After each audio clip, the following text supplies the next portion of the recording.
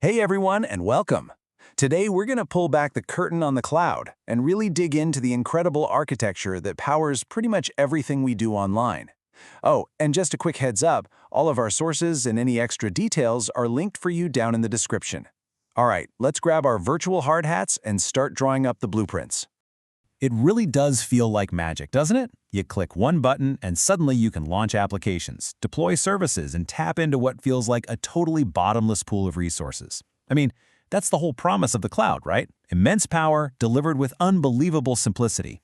But how does it actually work? What's going on behind that click? Well, the secret lies in a few really core principles. You've got elasticity, which lets us handle huge, sudden spikes in demand and then scale right back down. Then there's scalability, which means our apps can grow as our business grows. Of course, there's global access from literally anywhere. But the real secret sauce, the thing that makes it all so efficient and affordable, that's a concept called multi-tenancy. It's where countless customers all share the same underlying infrastructure, which drives the costs way down for everyone. To really get our heads around this, we're going to build our own virtual city, right from the ground up. We'll start with the engine that powers it all, then we'll lay the foundation by going from physical to virtual. After that, we'll build some secure neighborhoods, connect them with roads and gates, hire a security team, and finally, we'll take a look at what it really takes to manage this sprawling digital metropolis. So, let's talk about that engine. Multi-tenancy. The easiest way to think about it is like a massive apartment building. You know, all the residents, they share the same core utilities, the plumbing, the electricity, the main structure itself.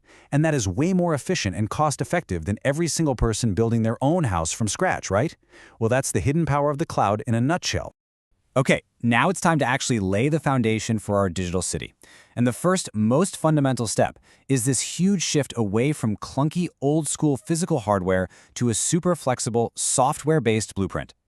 And this slide just illustrates the difference perfectly.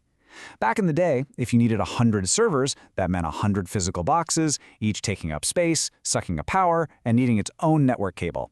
In the cloud, we can take all 100 of those and run them on one single, massive physical server as 100 distinct virtual machines. The efficiency gain is just enormous. But, okay, that's servers. What about the network itself?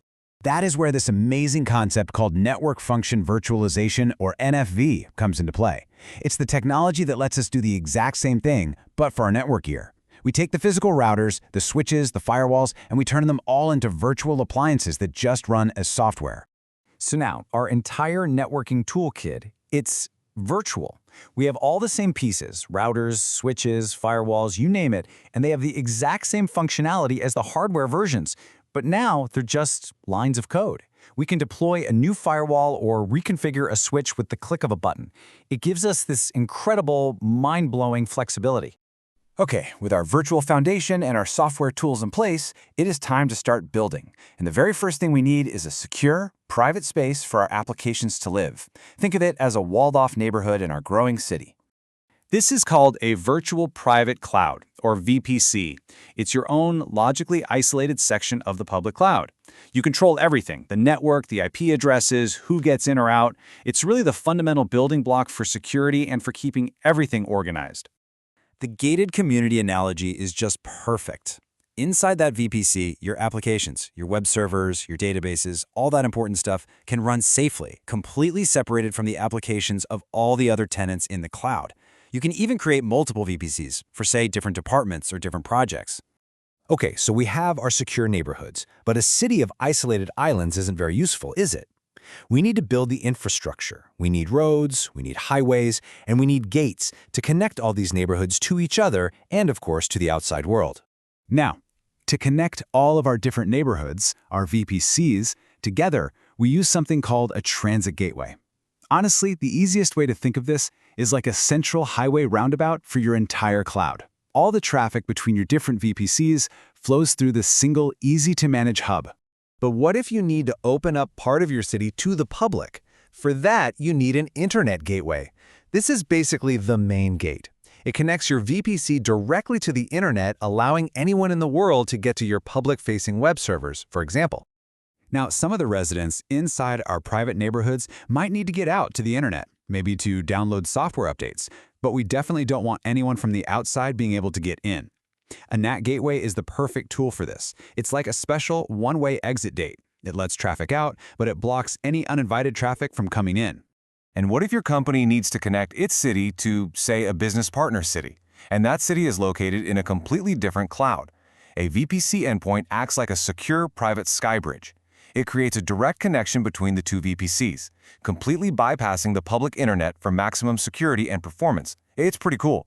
So we've got our neighborhoods, our roads, and our gates. Our city is all connected up. But with all this traffic flowing around, we need rules. We need guards at the gates to control who comes and who goes. It's time to hire the security team. In the cloud, our security team comes in the form of security lists and security groups. These are essentially the firewalls. They are the rule book that defines exactly what kind of traffic is allowed in or out of our networks based on things like the protocol and the port number. Now here's the crucial difference, because they serve different purposes. A network security list is really broad. It's like a citywide curfew that applies to an entire neighborhood, or what's called a subnet. A network security group, on the other hand, is much more specific. It's like a bouncer at the door of a single building, applying rules to just one virtual network card, so you get much more granular control. And this brings us to the final, and maybe the most important piece of the puzzle.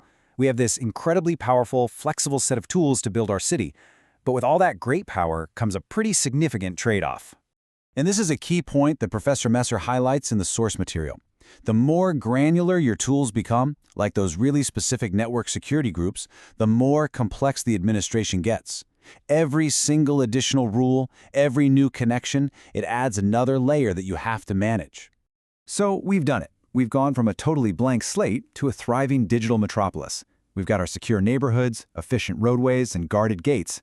But the key takeaway here is that none of this happens by accident. Every single piece of this virtual world is the result of intentional design and requires careful, ongoing administration to keep it all running smoothly. And that kind of leaves us with a final thought to chew on. As we build these incredibly powerful virtual worlds with seemingly limitless tools, we have to ask ourselves, who architects the architects? Thanks for watching.